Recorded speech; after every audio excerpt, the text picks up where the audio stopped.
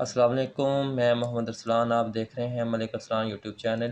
تو آج کی اس ویڈیو میں ہم بات کریں گے حضرت حسن علیہ السلام اور حضرت امیر معاویہ رضی اللہ تعالی عنہ کی صلح ہو گئی تھی، اور صلح ہونے کے بعد حضرت امیر معاویہ رضی اللہ تعالی عنہ کی حکومت کس طرح کی تھی، انہوں نے کس طرح حکومت کی تھی۔ تو بنا ٹائم ویسٹ کیے چلتے ہیں ویڈیو کی طرف، آئیں جی، شکریہ۔ حضرت علی کی شہادت کے بعد لوگوں نے، جبکہ ابھی حضرت علی زخمی تھے، انتقال نہیں ہوا تھا، آپ سے پوچھا کہ ہم حسن کے ہاتھ پر بیعت کر لیں رضی اللہ تعالیٰ۔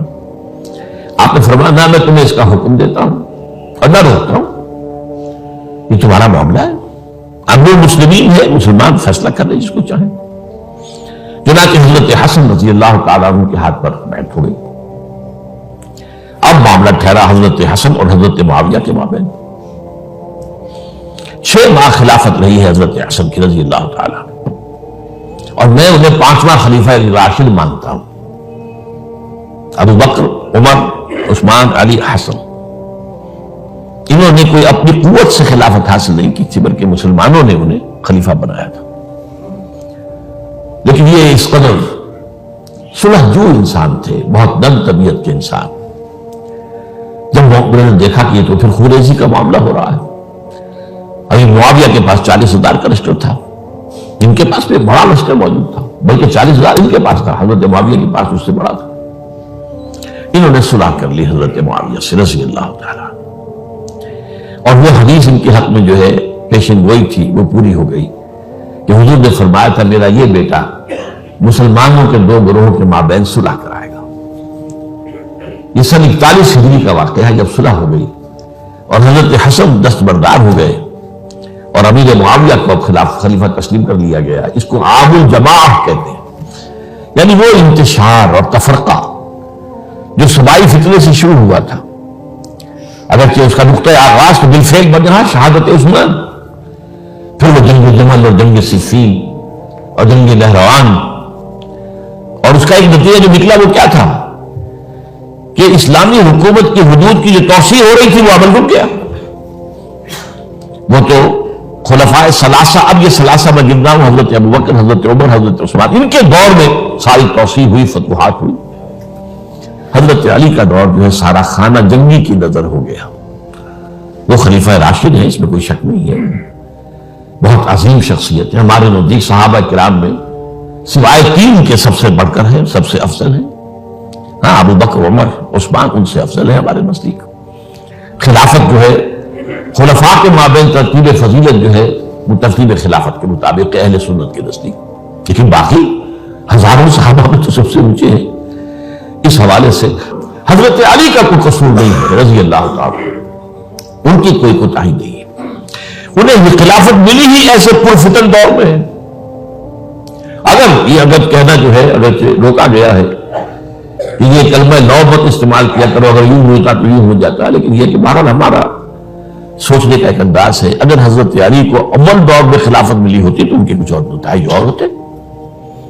اب یہ پرفتن دور کے اندر خلافت ملی، خانہ جنگی ہو رہی ہے، اور جو حالات میں نے آپ کو بتائے ہیں، ظاہر بات ہے کہ وہ دور جو تھا نہ ذرائع آمد و رفت ایسے تھے، نہ ذرائع مواصلات ایسے تھے، نہ کمیونیکیشنز ایسی تھی، وہ تو یوں سمجھیے کہ دارالخلافہ کے اندر کے حالات جو ہیں بس وہیں پر فیصلہ ہو رہا تھا، یا پہلے مدینے میں ہوا، حضرت عثمان شہید ہوئے، اور یا پھر کوفے میں ہو گئے۔ وہ تو اصل جو بھی طاقت اس مرکز کے اندر جس کے پاس طاقت تھی اسی نے جو بھی اپنا فیصلہ ہے وہ منگا لیا۔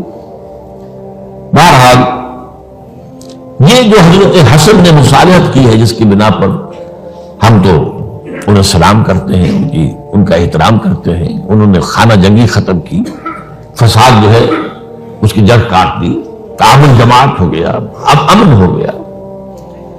اور نوٹ کیجئے اس کے بعد 20 برس تک امیر معاویہ کی حکومت رہی ہے، 20 برس، اور کامل امن رہا ہے۔ اس میں یہ بھی ہے کہ ان کے تدبر کو بھی دخل حاصل تھا، یہ بھی ہے کہ انہوں نے کچھ طاقت کا استعمال بھی کیا، یہ بھی ہے کہ انہوں نے دلجوئیاں بھی کی لوگوں